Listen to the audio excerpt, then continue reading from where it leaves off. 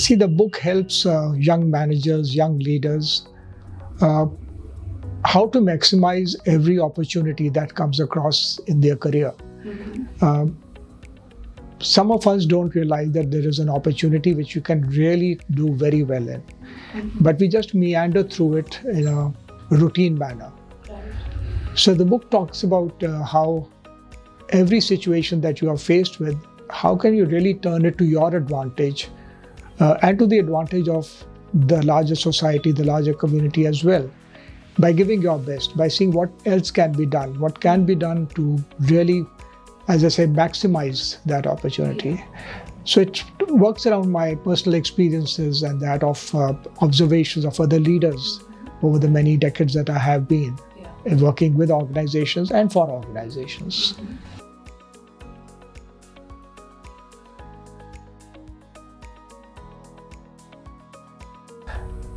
You know, I've had decades of experience, both as a corporate person as well as a consultant.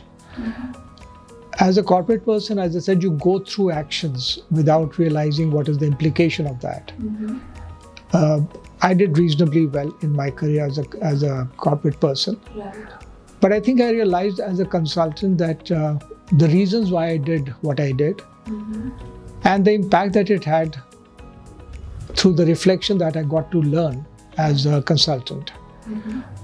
So I think I was in a unique position to be able to marry my experiences, reflect on those experiences, and then be able to put those two together and see what actually was happening.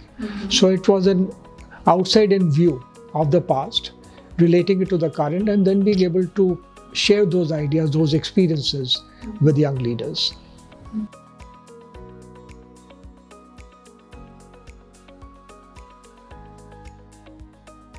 See, I've been through different phases in my career, and one could have written a book focusing on a very large audience. But then that would have not been very focused, and I don't think the benefit to the readers would have been as much as if it were focused on a particular group of people. I chose to write my first book for the young leaders because I believe they have great potential. The young leaders of today have great potential and great opportunities as well. And so if they can benefit from the learnings of people like me and others who have been through their careers and are going through their careers, and learn some of these things and maximize for their own growth, for their own benefit, I thought I will be giving back something to a community which I have been a part of for all these decades and learned a lot. So I think that was the reason why I felt that a book at this stage from me, I never thought I would be able to, but yes, I was able to put it together.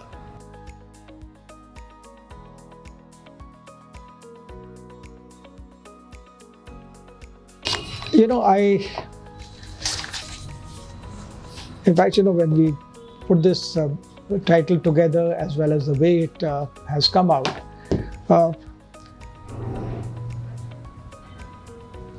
in today's milieu, when there is so much happening, there's so much of social media, and you see everyone in the social media is trying to say something which would put him or her stand out.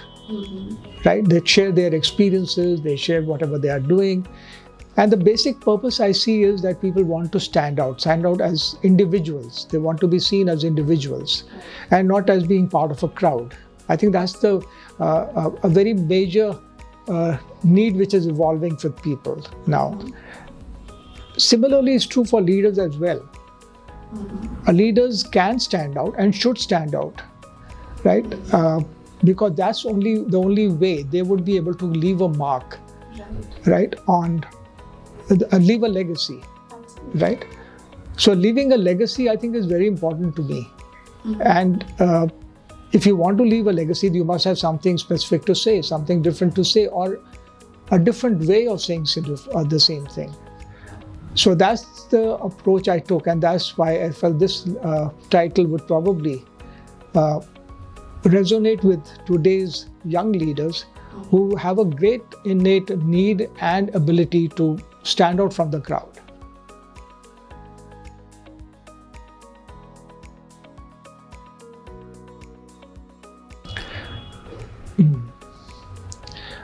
I think the number one, and I think that's, if I was to look at it the way the book got crafted, when I started, I don't think I had the same ideas the way it has finally come out.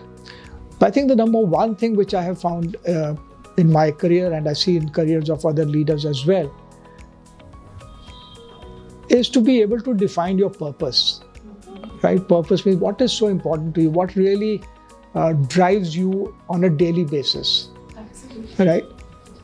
And it's not very often that people are able to discover that reason or that raison d'etre, that why do I exist, why am I there in the role that I am, and what can I do with it. Most of us meander through life, right? And as each situation we say, okay, past this stage, and so on. But there are some people who have been able to identify the reason and or what they would like the reason to be, right? Fairly early in life. And those guys have really, really gifted. They are really gifted, not because they have done brilliantly, because they have identified their reason, their purpose much earlier in life. And so they have a long way ahead to be able to define that purpose, give shape to that purpose, and leave a mark.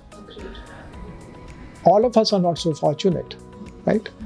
But each of us has many opportunities, right? And each opportunity, you can create a purpose around that opportunity. Yeah. And if you can give a larger dimension to what you are doing and not just say, okay, I'm writing a mail, for example, but what is that mail supposed to communicate? What is that mail supposed to create that feeling in the other person, the recipient feeling? What should he or she understand from that? Each piece of that communication or each piece of your action can be led by that strong purpose.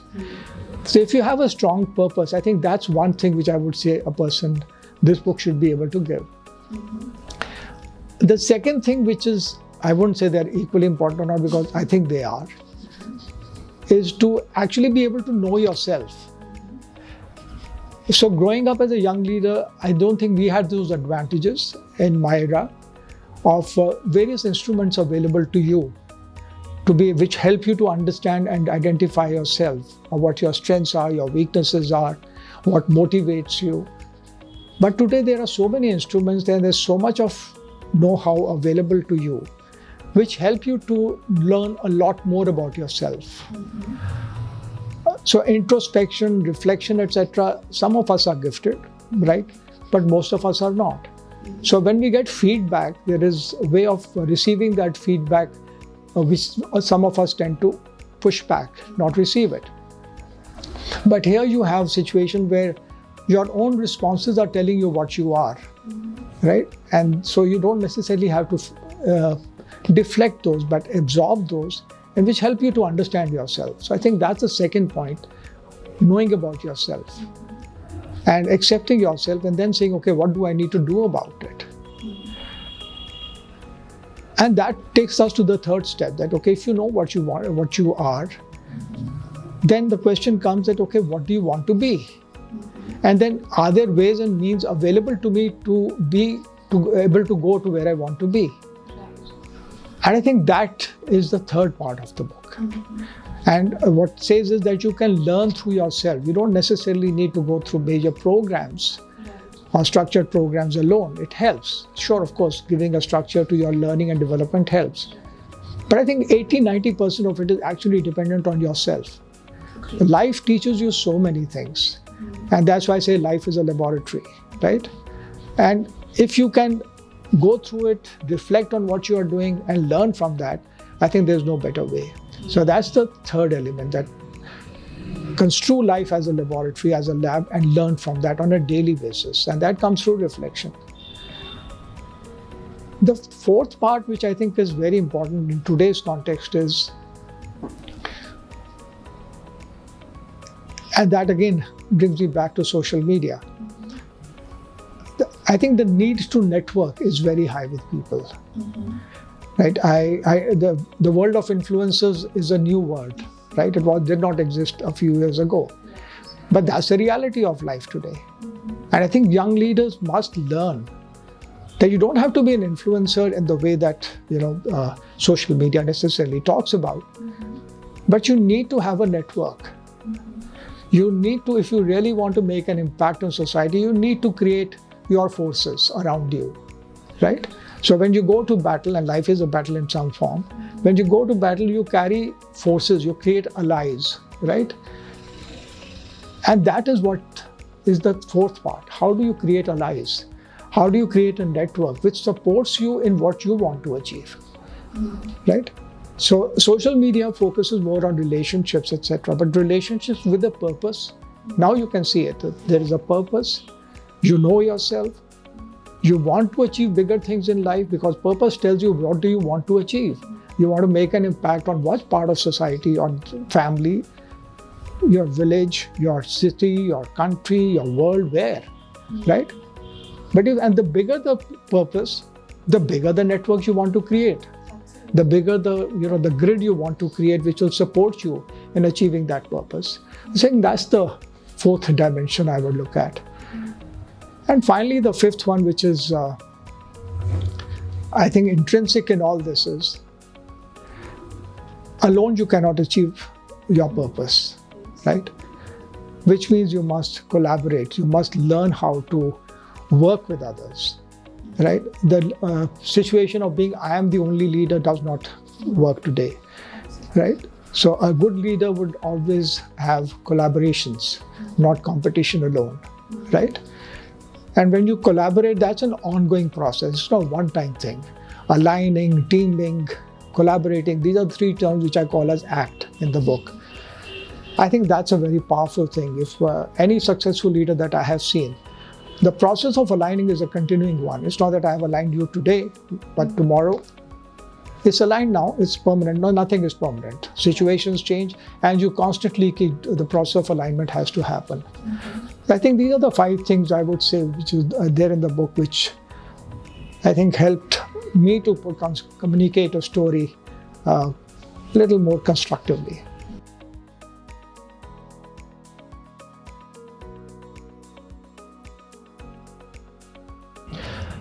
With the introduction, I think the introduction, the book is the way I try to put it actually, and that's a very good question you ask. Because I asked myself that what should make the reader turn the pages, right? If you go through the introduction gives you a kind of a peek into the overall book, right? So it gives you not a summary, it's not a summary, but it gives you a peep into the overall book. And so it gives you an overview. And that overview helps you to then look at each chapter as you go through and put it together through a red thread. So I would say the introduction is a good way to look at it because that provides the red thread, the overview for the rest of the book. Thereafter, wherever you start from, whichever chapter you take, if you keep that overview in mind, you won't go wrong. You will be able to knit the pieces together.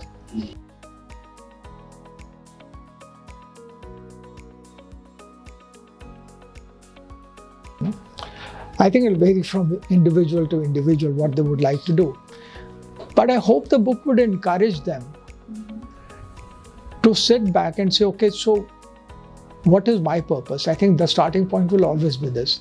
Does it help them to say the way I look at the world, does that change for me? The purpose helps you to look at the world differently, right? And look at yourself differently too in that context. That I have a life and I have to do something with that life, right? So I can earn money, take care of my family. Those are things everyone does. And of course, that is basic. People must do that. But I think leaders have something more in them. And if they recognize that something more as early in their life as possible, I think they can use the rest of their working life to achieve that. So I would say, first thing first, I would say, okay, can I define my purpose? What is it I want to do? What do I want people to remember me by? What do I want my friends to know about me? What do I think I would like to contribute? Take it at a higher level, at a higher ground. Take yourself to that level which you are not looking only from a self-centered approach, but a very extrinsic approach.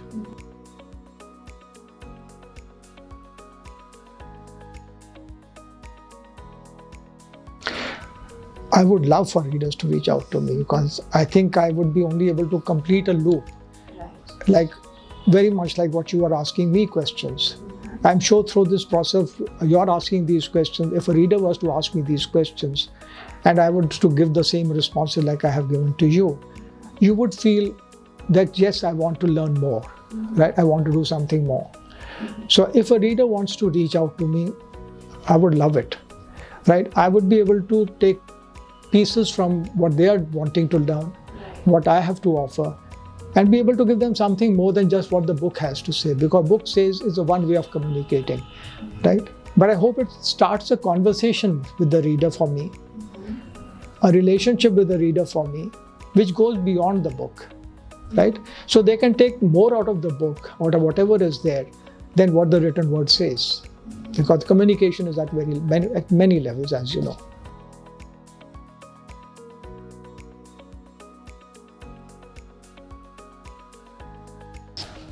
Okay, so I guess there is a fair amount to say about myself as an individual, as an author. So as I said, I've been part of the corporate world for an equal time that I have been a consultant. I worked in different industries. I think it has always been, my approach to life has been that being different, not following the same path, because I would assume everyone knows this. So what if I was to give the same answer? So let me try and give a different answer. Just as an anecdote. So in exams also, I would say the question what is saying and what the answer is, everyone knows that answer, but let me try a different way. So I would experiment even in examinations. It's later in life I realized that what I was doing was I was trying to explore fields, new fields. So I would say I am a bit of an explorer. I like to challenge. I'd like to challenge what is the very obvious one, because obvious everyone knows. So, but if you challenge the obvious one, then maybe there is new pathways people would discover, I would discover. So I think that's one part, that I don't like the mundane. It bothers me. I like something new, right? There's a sense of ennui which sets within me very, very quickly. So I need change. I need, things to move. So I think some insights about myself, which as I said, I discovered fairly late in life.